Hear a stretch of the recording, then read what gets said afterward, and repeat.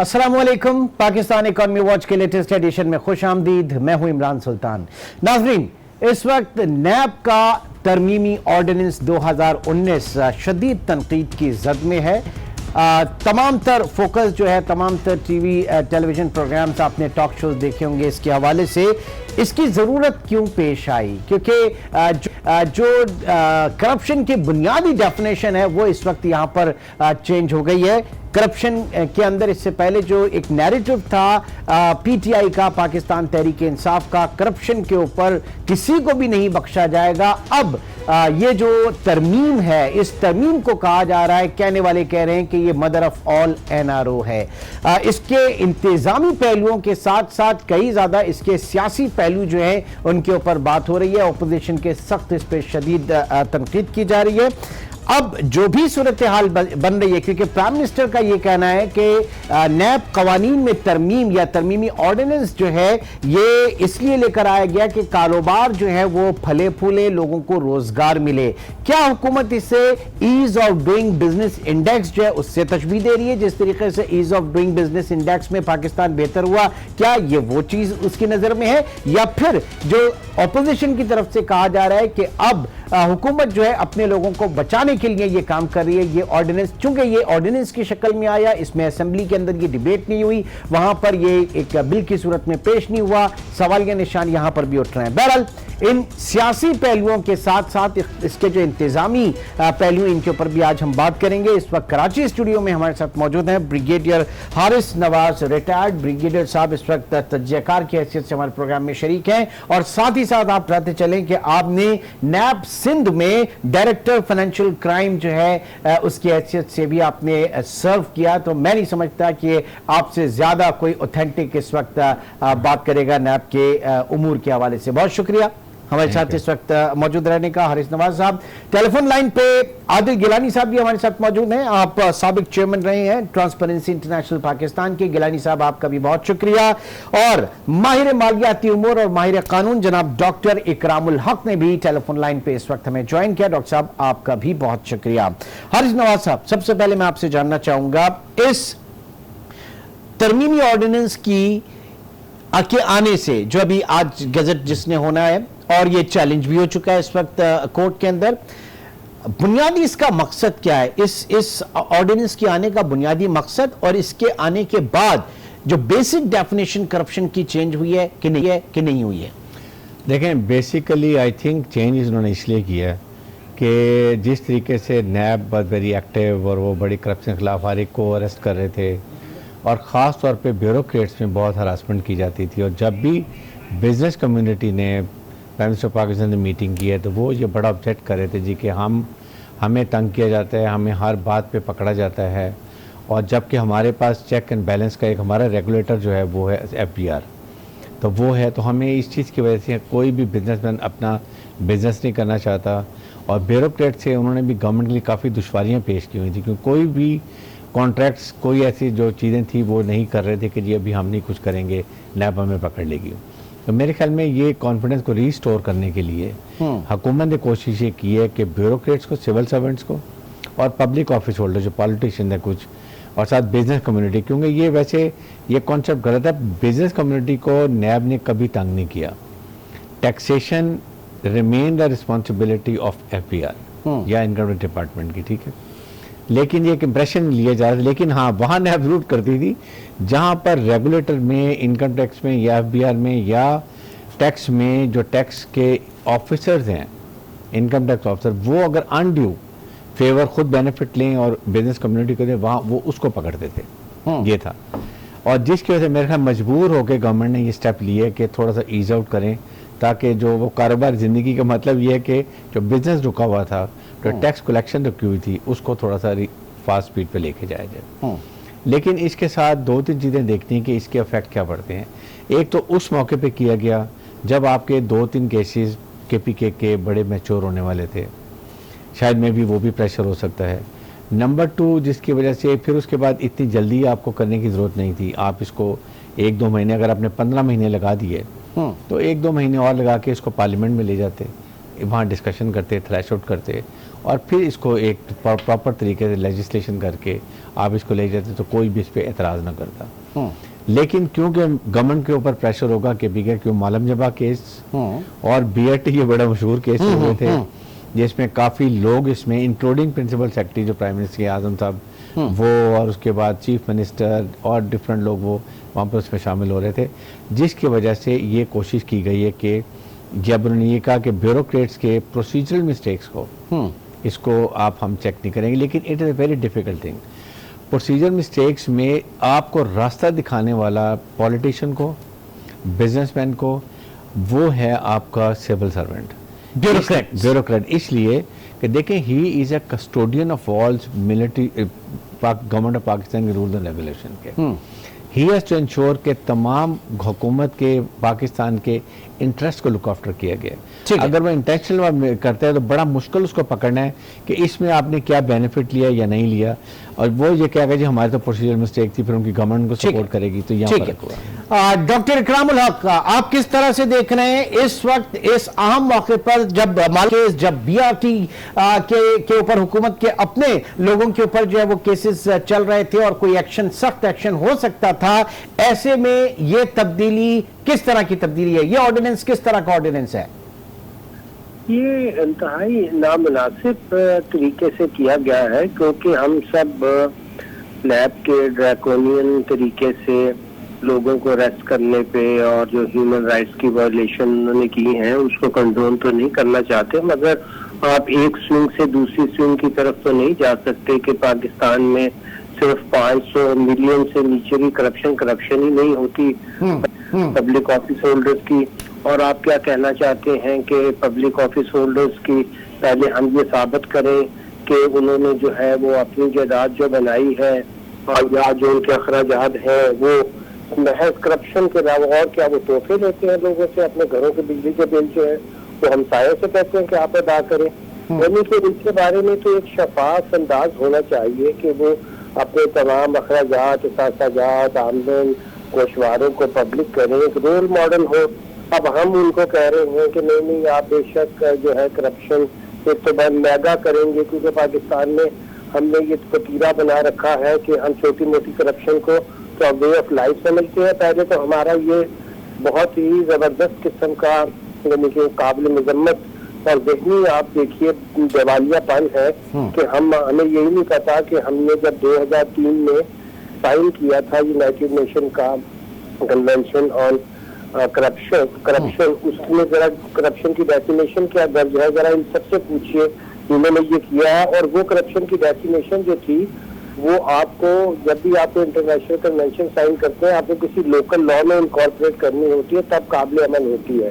और मैं भी वाहिद वो लॉ था जिसके अंदर की, और ये कहते तो हैं कि एक फौजी डिक्टेटर ने ये काम किया, मगर ये तौफीक किसी हुकूमत को नहीं हुई थी कि बाद में सिविलियन पार्लियामान भी रही, उसके अंदर बैठकर कन्वेंशन को भी देखते, दुनिया की प्रैक्टिसेस को भी देखते और फिर सोचते कि हमें क्या वाकई एक इंडिपेंडेंट करप्शन के लिए वॉचडॉग बनाना चाहिए जो हुकूमती असर से बालातर हो। ये कह रहे हैं कि हम नैब के जरिए नहीं, हम FBI तो अभी 2 एमनेस्टियों से ही बाहर नहीं निकला 2018-19 में। जी आज जाते हैं जरा FBI की कारकर्दगी के ऊपर भी आ जाते हैं, क्योंकि जाहिर है कि रेगुलेटर वो है और वो किस तरीके से रेगुलेट करेगा। लेकिन उससे पहले मैं चलूंगा आदिल गिलानी साहब के पास। गिलानी साहब, आप किस तरह से देख रहे हैं? आपका इदारा की एसोसिएशन रही ट्रांसपेरेंसी इंटरनेशनल के हवाले से, क्या बेसिक डेफिनेशन इस वक्त पाकिस्तान में करप्शन के हवाले से तब्दील हुई, और जो हुकूमत इस वक्त कह रही है कि जनाब कारोबार तरक्की पाए, लोगों को रोजगार मिले, कितना वजन लगता है आपको इसमें, उनके इस दावे में? देखिए, इसके लिए बड़ा सी जरूरत चलो टाइम देंगे मुझे आप जी। इसमें हुआ ये है कि जो ऑर्डिनल इशू है अभी तक जो है लोगों को पता नहीं हुआ क्या है।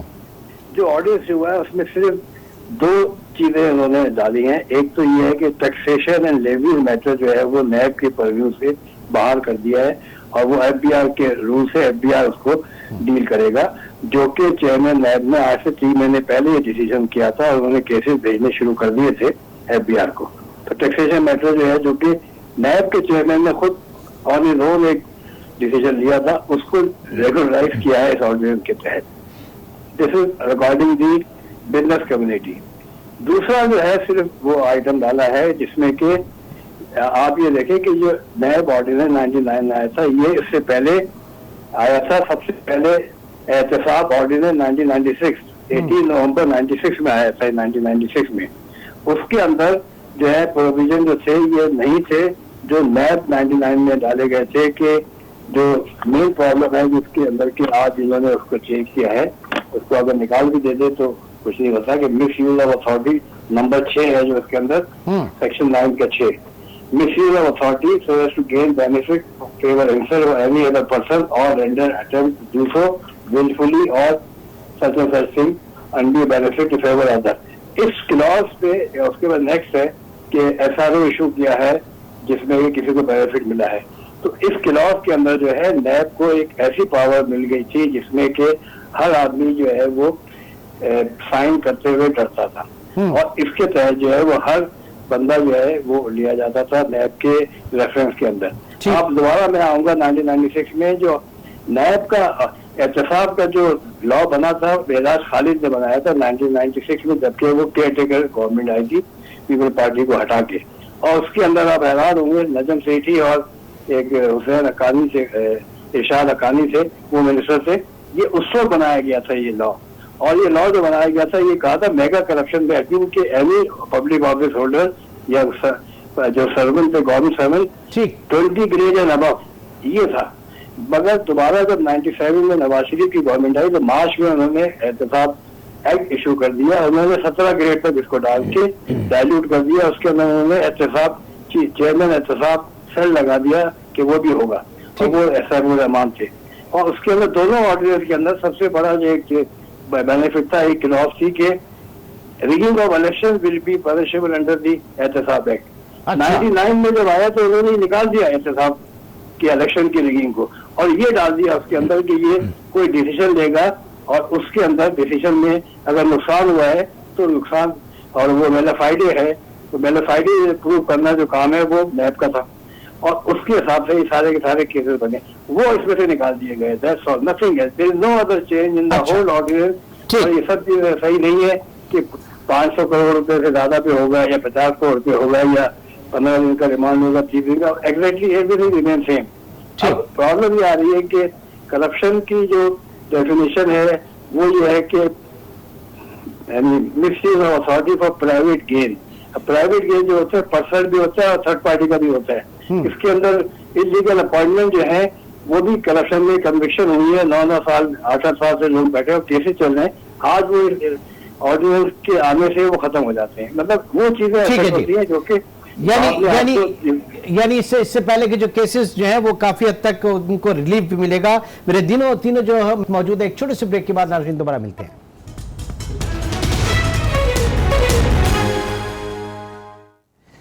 वेलकम बैक जी हारिस साहब, ये इतने अदवार में इसमें इतनी तरमीम की गई एहतसाब ऑर्डिनेंस में, और फिर ये कहा जाता रहा कि हमेशा हुकूमतें जो हैं इसको पॉलिटिसाइज करती रहीं। किस हद तक ये बातें ठीक हैं? देखें, ये बात तो ठीक है, ख़ास तौर पे देखें अभी इवन PMLN की गवर्नमेंट के दौरान में भी इसको फिर दोबारा एहतसाब कमीशन बनाया जा रहा था। काफ़ी ज़्यादा तैयारी हो गई थी, असम्बली में पेश भी किया, फिर किस वजह से नहीं किया गया। तो हर गवर्नमेंट ने इसको कोशिश किया कि अपनी मर्जी के साथ चलाएं।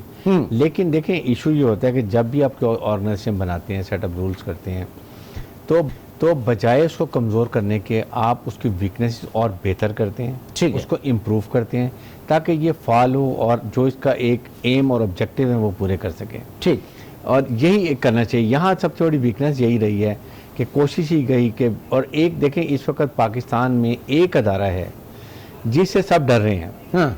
जो भी गलत काम करे 10 वक्त सोचता है कि नैब हमें पकड़ लेगी। ठीक, तो अगर आप इसको इतना टीचलेस करना चाहते हैं और आप ये चाहते हैं कि इसको कमज़ोर कर दें और कोई इसकी तारीफें करे, कोई बुराई ना करे, तो फिर ये अदारा काम नहीं कर सकेगा। तो आप ये समझते हैं इस वक्त इस इदारे को कमज़ोर किया गया, यानी इन तरमीम के नतीजे में ये टूथलेस थोड़ा देखें, थोड़ा सा जरूर फर्क पड़ा। खास तौर पर मैं सिविल सर्वेंट की बात करता हूँ कि सारी करप्शन की जड़ जो है ना वो हमारे ये सिविल सर्वेंट्स हैं। They are the custodian of rule revolution, मैंने बात की है। अगर वो, अब आप देखें, एक गलत अपॉइंटमेंट करते हैं, PSMD का केस चल रहा है जो अभी आपके सामने ये पेट्रोलियम का था इसमें एक ब्यूरोक्रेट की प्रॉब्लम भी चल रही है।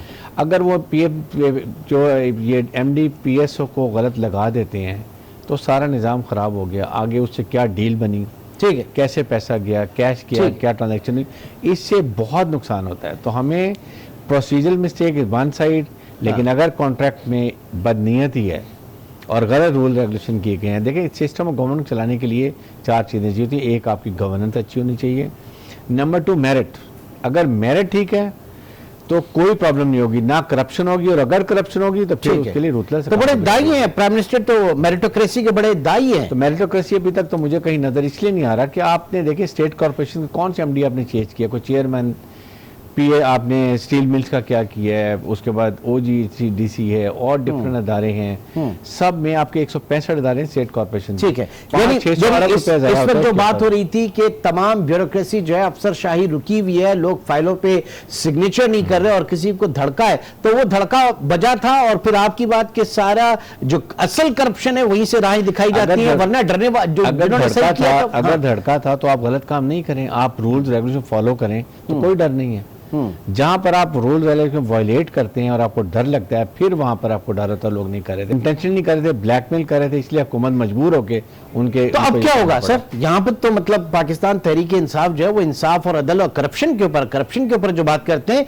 अब आप क्या समझ रहे हैं? ये इकोनॉमिक एक्टिविटी के नाम पर जो चीजें तेज होंगी, साइनें होंगी और तबादले होंगे, तकर्रुरियां होंगी, तो कुछ क्या इसका मिसयूज हो जाएगा? देखें इमरान, बात यह है कि FBR के अंदर एक साल में 2000 से 3000 अरब रुपए की करप्शन और चोरी होती है। इट इज़ नोन, नैब ने भी कहा है, एमनेस्टी इंटरनेशनल ने भी कहा।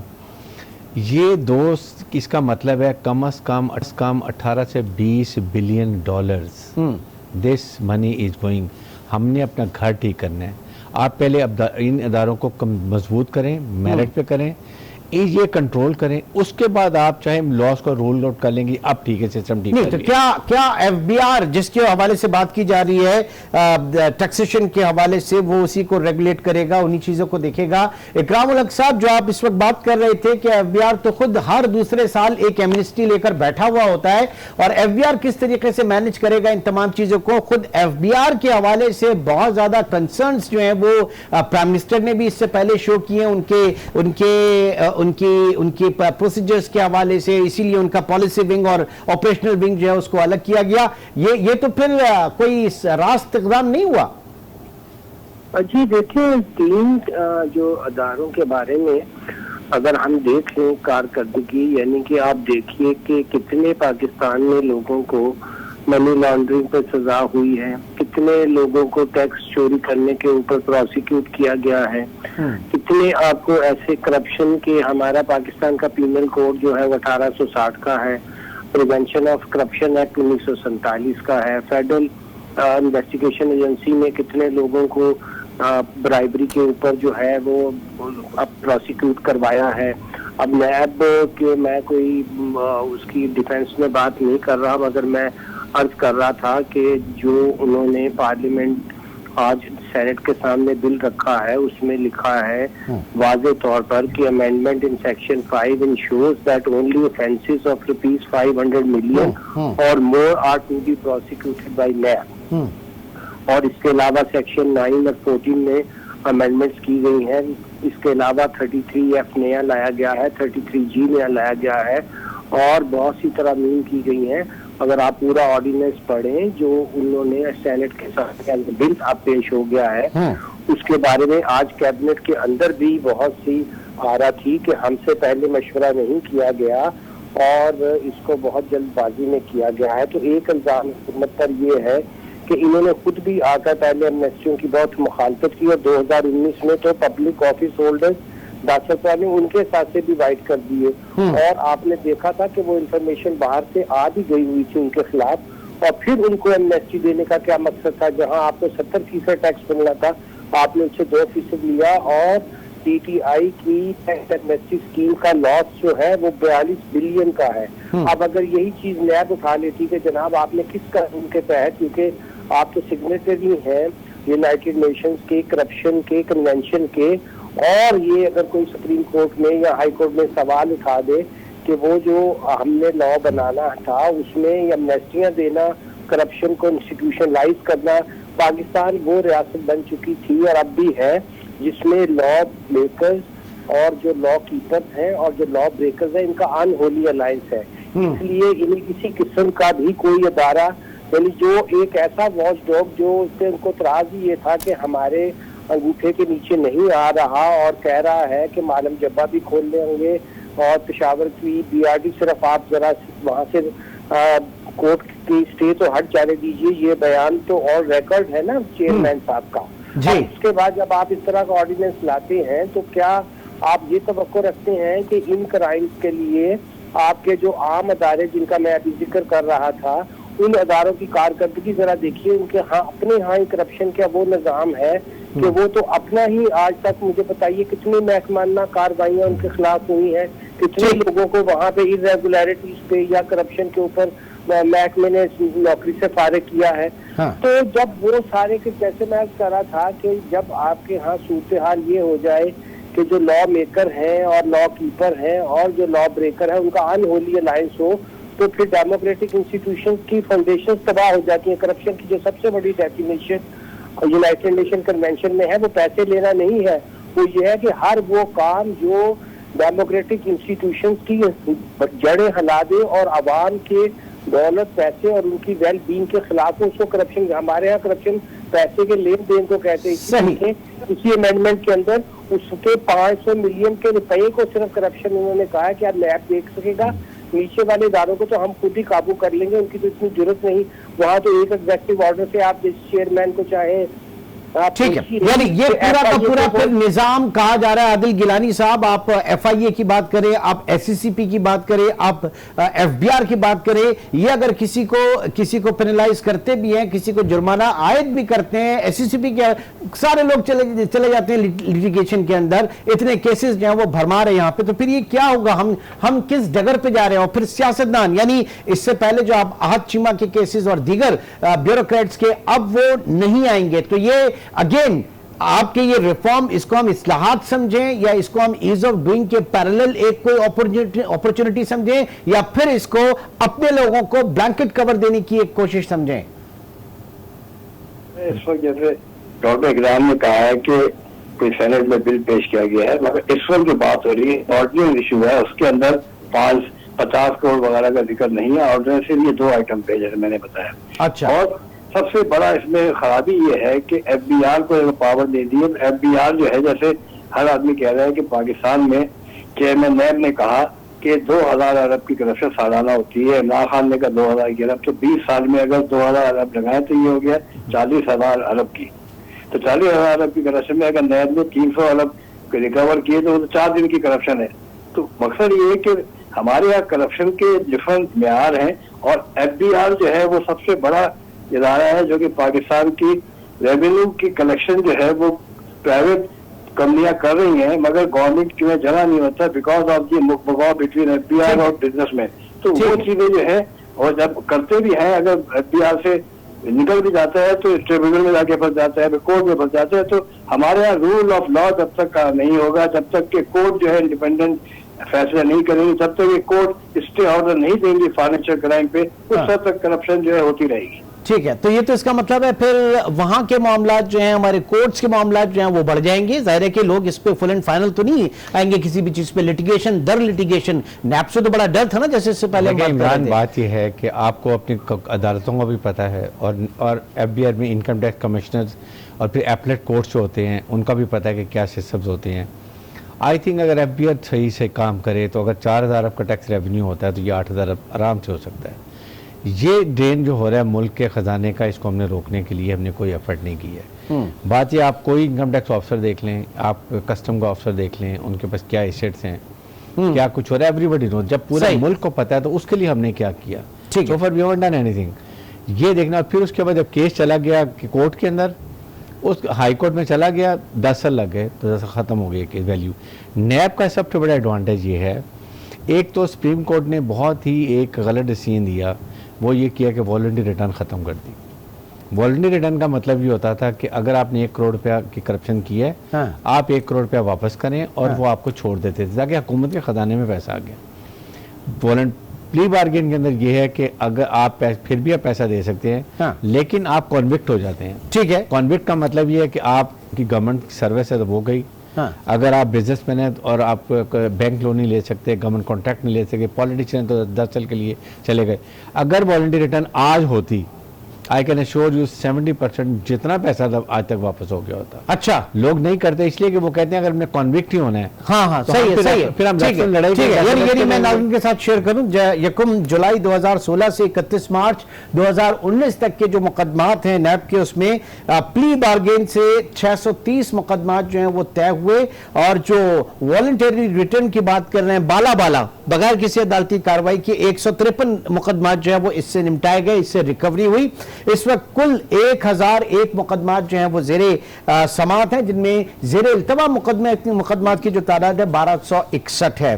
तो नैब को इन तमाम मुकदमात से तकरीबन 943 अरब रुपए की रिकवरी की तवक्का है, उम्मीद है।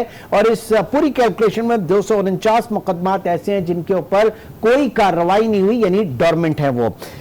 हारिस साहब, आपसे ही बात हुई, आगे चलते हैं जरा डॉक्टर इकराम उल हक साहब।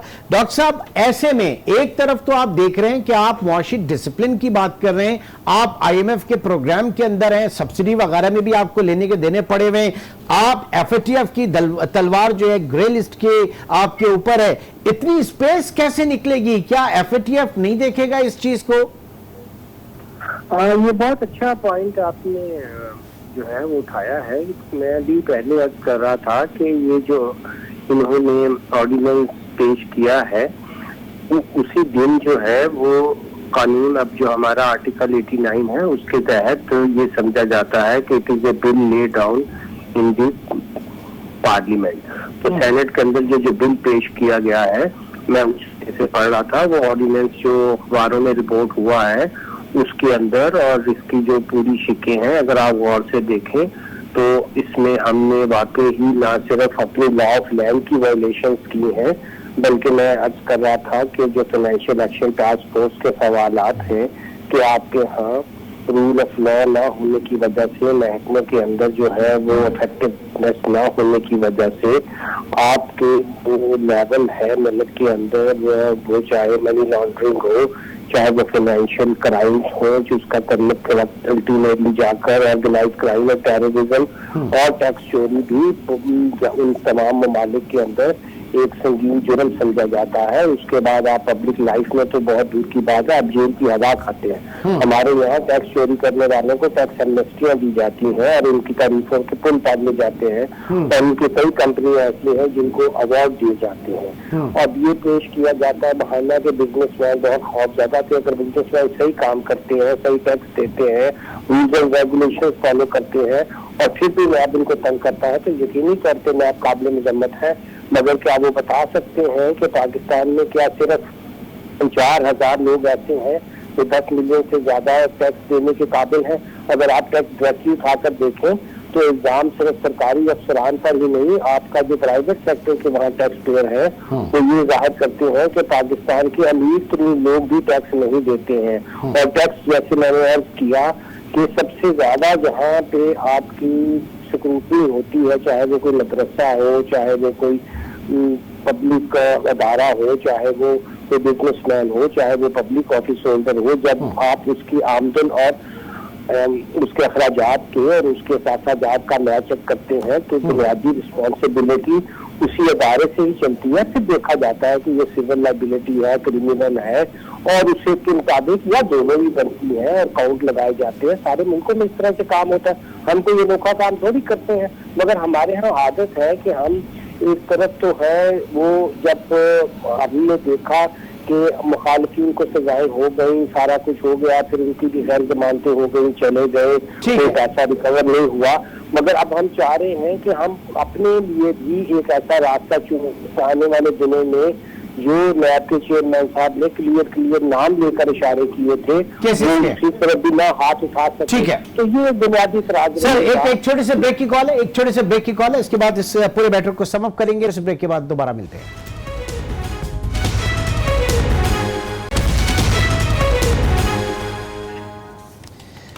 Welcome back. बात कर रहे हैं इस वक्त नैब के तरमीमी ऑर्डिनेंस के हवाले से। इस ऑर्डिनेंस के बाद क्या सूरत हाल जो है वो पैदा हो रही है, इसके ऊपर तनकीद किस हवाले से की जा रही है। जो सियासी पहलू हैं उनसे हटकर हम जो इंतजामी पहलू हैं उसके ऊपर ज़रा ज़्यादा फोकस करें। इस वक्त हमारे साथ हारिस नवाज साहब मौजूद हैं। हारिस साहब, आपने as a director financial crime NAB Sindh को सर्व किया। अब मुदारबा स्कैंडल ले लें या आपके वो जो करेंसी ट्रेडिंग के हवाले से मुख्तलिफ स्टॉक एक्सचेंज और फिर मनी चेंजर्स या दीगर जो भी हैं, थोड़ा सा ये बताइएगा कि नैब क्या, क्योंकि स्टॉक एक्सचेंज की जब बात हुई कि उनको नैब के उसके परव्यू से निकाल दिया गया, क्या अब वहां पर होने वाले कोई ऐसे इश्यूज, कोई ऐसे स्कैंडल्स जिसमें पब्लिक एट लार्ज का नुकसान हो, नैब उसको भी नहीं देखेगा? नहीं, डेफिनेटली जहां पब्लिक एट लार्ज है वहां पर नैब जरूर इफेक्टिव होगा और होना भी। बिल्डर्स के मामले में भी, बिल्डर जितने हाउसिंग सोसाइटीज हैं, जो आप बड़े बड़े सोसाइटीज बनाते हैं और उसमें भी लोगों को या बुकिंग करते हैं, लोगों से पैसा ले लेते हैं और उसके बाद आप टाइम पे घर नहीं बनाते हैं या उनको देते नहीं हैं, फिर कंप्लेंट आती है, ये नैब के प्रोव्यू में है, ये था और ये रहेगा। इसमें किसी को डाउट नहीं होना चाहिए, क्योंकि जब पब्लिक लेट आ जाएगी बहुत लोगों का इंटरेस्ट होगा तो नैब बड़ी इफेक्टिव और होना भी चाहिए। लेकिन सिर्फ जो मेन दो इश्यूज हैं, टैक्सेस, लेकिन टैक्सेस के अंदर नैब पहले भी कभी नहीं थी। सिर्फ नैब उस वक्त आती थी जब टैक्स ऑफिसर वो कहीं बदनीयती से अपने फ़ायदे के लिए या किसी बिजनेसमैन को फ़ायदे के लिए अगर वो करता था तो उसके ऊपर नैब इफेक्टिव होती। जैसे SR लिए, गलत इशू कर दिया, उसको करोड़ों अरबों रुपए का फ़ायदा पहुंचा दिया, वहाँ गया। या उसके साथ ब्यूरोक्रेसी में जो था कि जी एक पहले ये था कि जी अगर उसने कोई प्रोसीजर मिस्टेक भी किया तो नैब आ जाती थी। Procedure mistake is nothing, NAB is not के मैट के वो प्रोसीजर मिस्टेक के ऊपर पकड़ेंगे। वहाँ पर जहाँ बहुत ज़्यादा फ़ायदा दिया हो, जहाँ पर इंटेंशनली ऐसे क्लॉज डाले हो कि किसी एक कॉन्ट्रैक्टर को बेनिफिट हो रहा हो। मिसाल के तौर पे आपके सामने ये जो है BRT का, इसमें एक आइटम को कॉन्ट्रैक्टर ने कम प्राइस शो की, बाकी सब बढ़ा दी और उसको कॉन्ट्रैक्ट मिल गया। जब कॉन्ट्रैक्ट मिल गया तो वो जो छोटी आइटम थी जो सस्ती उसने डाली थी उसको खत्म कर दिया। ये एस्टेब्लिश है ये BRT पेशावर में। मैं इस तरह की चीजें, मैं अच्छा एग्जांपल दे रहा हूं, ऐसी चीजें जब होती हैं तो यहाँ बदनीयती आ जाती है। मतलब जो है वो या यहाँ पर आपके एक सेक्रेटरी, फेडरल सेक्रेटरी ने पेट्रोलियम में MD PSO को गलत तैनात किया कि वो डिजर्व नहीं करता था, पब्लिसाइज नहीं किया, कंडीशन ऐसी डाल दी और उसने भी PSO को नुकसान किया और म्यूचुअल बेनिफिट लिए। ये चीज़ें जो है ना ये बड़ी खतरनाक है, ये नहीं बंद होनी चाहिए। प्रोफेशनल मिस्टेक नोबडी सेज के नहीं होने, ठीक है, लेकिन ये एस्टैब्लिश करना कि इसने यहाँ बदनीयती की, यहाँ इसने एसेट बियॉन्ड मीन बनाए, करप्शन कैसे की, ये पकड़ना भी मुश्किल। मैं अक्सर एक सवाल करता हूँ, मैं अक्सर एक जरा जिम्नी से सवाल यहाँ पे आ जाता है। अक्सर लोगों से मैं बात करता हूँ जब इंटरनेशनल मार्केट के लोग होते हैं कि जनाब ऑयल प्राइसेस को लेके, ऑयल बढ़ रहा है इतना, ऑयल नीचे भी आता है, $23-24 भी आया, फिर $144 भी आया। दुनिया जो वो हेजिंग की तरफ जाती है, दुनिया हेजिंग करती है, अपने स्ट्रेटेजिक रिजर्व्स मेंटेन करिए या फिर इंटरनेशनल मनी मार्केट के अंदर जाके फ्यूचर्स के सौदे हेज करती है। यहां मेरी लोगों से बात होती है तो वही कहते हैं कि अगर जनाब जिस प्राइस पे हेज किया मार्केट और नीचे आ गई तो फिर नैब को कौन भुगतेगा? तो ये वाली चीजें जो हैं ये फिर प्रोसीजरल उसमें आएंगी, ये सारी प्रोसीजर में आएंगी और पकड़ा कोई नहीं जाएगा। हाँ, नहीं मतलब सही है कि इंटेंशन तो अच्छी की थी लेकिन मार्केट रिवर्स हो गई। लेकिन इसमें ऐसा नहीं है कि जनाब आप कोई भी एक्सेस नहीं कर सकता कि मार्केट कल कहां पे होगी, तो लोग इस वजह से हिम्मत नहीं कर रहे हैं, फाइनेंशियल सेक्टर के लोग इस वजह से हिम्मत नहीं कर रहे हैं। बात यह है कि अगर आपने सही उसकी ब्रीफ तैयार की हुई है, आपने तमाम ऑप्शन वर्किंग की हुई है कि आज ये रेट ये है, एक साल के बाद ये रेट और ऊपर चला जाएगा और हम आज इसको लॉक कर लें पिछले एक साल के लिए, ठीक है, और खुदा ना खास्ता अगर क्रैश किसी वजह से होती है और आपने अपने ऑप्शन सही वर्किंग की हुई है, सही आपने हर चीज़ को कैटर किया हुआ, आपने लीगल एडवाइस ली हुई है, ठीक, टेक्निकल एडवाइस ली हुई है, एक्सपर्ट एडवाइस ली हुई है, everybody says and then you recommend, nobody will catch you. But जहां पर शॉर्टकट मारे जाते हैं, आप मिसाल के तौर पे ये जो है एंग्रो का केस है, ये टर्मिनल लगाया है जिसमें शायद कानाबाजी साहब हैं, ये टर्मिनल बनाने के बाद जो डील की गई है वो ये कि मदर बोर्ड जो आप इस्तेमाल करें ना करें, 3 लाख कैपेसिटी पेमेंट या $5 लाख डेली हो जाएगा, कैपेसिटी पेमेंट। होता क्या है, ये बड़ा शिप यहाँ नहीं आ सकता, वो जाता है दुबई, छोटे शिप जाते हैं वहाँ जाते हैं, 10 दिन टोटल इस्तेमाल होता है। और इसका मतलब ये कि 20 दिन का आप सोचें कि कितने $1 मिलियन सही है। आप महीने में सही है, सही है। आप तो ये चीजें हैं जिसकी वजह ये प्रॉब्लम हो। ओके ओके, आगे बढ़ते हैं। अब वो जो बात हो रही थी इस वक्त और FATF के हवाले से, एक तरफ तो आप डॉक्यूमेंटेशन की तरफ जा रहे और इतनी हार्ड आप एक तहरीक लेके चल रहे हैं कि जनाब 50,000 से ओवर एंड अबव का जो है वो ID कार्ड जरूर, इसमें ट्रांजैक्शन पूरा पाकिस्तान जो है वो बंद करके बैठा था 30-31 जनवरी को, पता नहीं उसके हवाले से क्या होता है। और एक तरफ इतना रिलैक्सेशन, FATF कहाँ खड़ा है?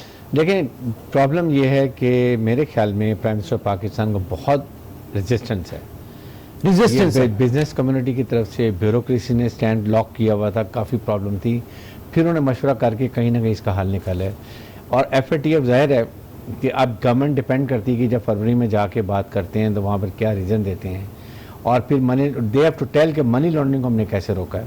मनी लॉन्ड्रिंग जो हो रही है और जो बाद ममालिक से आती है और वो टेररिज्म की जाती है, इकोनॉमिक टेररिज्म जिसको हम कहते हैं, जिसके लिए FATF बहुत कंसर्न है, ये चीज़ें हमने उनको बतानी पड़ेंगी। यहाँ ज़ाहिर है कि वो रीज़न भी बताएंगे कि जी अगर इसकी वजह से हमने ये किया है तो हमने ये इसके चेक एंड बैलेंस भी किए हैं, ये भी बताने की जरूरत है। आपको बिल्कुल रेगुलेटर्स को इम्पोर्टेंस दें, चाहे SCCP है या FBR है, जो जिसके रेगुलेटर्स है, बट वो रेगुलेटर फिर बहुत अच्छे होना। सही है, उनकी कैपेसिटी के हवाले से, क्योंकि जो आप बात कर रहे हैं वो फाइनेंशियल क्राइम जो है वो व्हाइट कॉलर क्राइम है और बड़ी फॉरेंसिक उसके लिए उस लेवल की चाहिए होती है, इंटरनेशनल स्टैंडर्ड्स की। तो आप समझ रहे हैं कि आपके यहाँ FIA में या आपके यहाँ SCCP में, SCCP हमेशा ये आता है वो फला स्टॉक ब्रोकर जो है वो उनकी टीम वहां मौजूद है या फला स्टॉक ब्रोकर की टीम वहां मौजूद है। इसी तरीके से आप FBR के हवाले से चले जाएं तो क्या आप समझ रहे हैं कि ये इनके ऊपर इतनी भारी जिम्मेदारी आयद की जा सकती है, और अगर की गई तो फिर हमारी कोर्ट्स के ऊपर प्रेशर होगा, क्योंकि जाहिर है कि सब लिटिगेशन में जा रहे होंगे। बात यह है कि पहले हुकूमत को ही चाहिए था कि इनकी कैपेसिटी बिल्डिंग कर लेते, बहुत अच्छे किरदार के रेगुलेटर्स को लेकर आते जो मैनेजमेंट में आते, 3-4-6 महीने उनको देखते वो कैसी परफॉर्मेंस कर रहे हैं, if they capable of holding and capacity building कर सकते हैं तो फिर उसके बाद ये अगर चेंजेस लाते हैं तो एक्सेप्ट ट्रांजिशन करते। अब ये कि आपको पता है कि ये केस कैसे जाएगा इनकम टैक्स कमिश्नर के पास, वहाँ से ये जाएगा अपीलेट कोर्ट में और उसके बाद चला जाएगा हाई कोर्ट में। अब उसके बाद ये पैसा जो बिजनेसमैन ने लिया ये तो 15 साल के लिए गया, ठीक है, वो तारीखें पे तारीख है, तारीखों पे तारीख है। इससे अच्छा अकाउंटेबिलिटी कोर्ट का ये था, आप इनकी कैपेसिटी बढ़ा देते, और जाहिर है कि रेगुलेटर को भी काम जाने दें, लेकिन जहाँ ज़्यादा बंदियाती नजर आए वहाँ पर कोई कॉम्प्रोमाइज़ नहीं करना चाहिए। नैब का काम अरेस्ट कन्विक्शन काम, रिकवरी ज्यादा, पैसा ज्यादा कि आपने रिकवर किया। ठीक है, और इसी के लिए ये कोर्ट्स वगैरह और ये तमाम सिलसिला इदारे जो हैं वो उनको बनाया गया था। बहुत बहुत शुक्रिया। ब्रिगेडियर हारिस साहब हमारे साथ मौजूद रहे और साथ ही साथ आगे गिलानी साहब भी मौजूद थे और डॉक्टर इकरामुल हक भी आज के इस प्रोग्राम में मौजूद थे। नाज़रीन, अब देखते हैं कि ये ऑर्डिनेंस मजीद आगे कहाँ तक इसके ऊपर बहस मुबाहिसा जाता है और इसकी किस्मत क्या रहती है। इंशाल्लाह आपसे फिर मुलाकात होगी। अपना बहुत ख्याल रखिएगा। अल्लाह हाफिज़।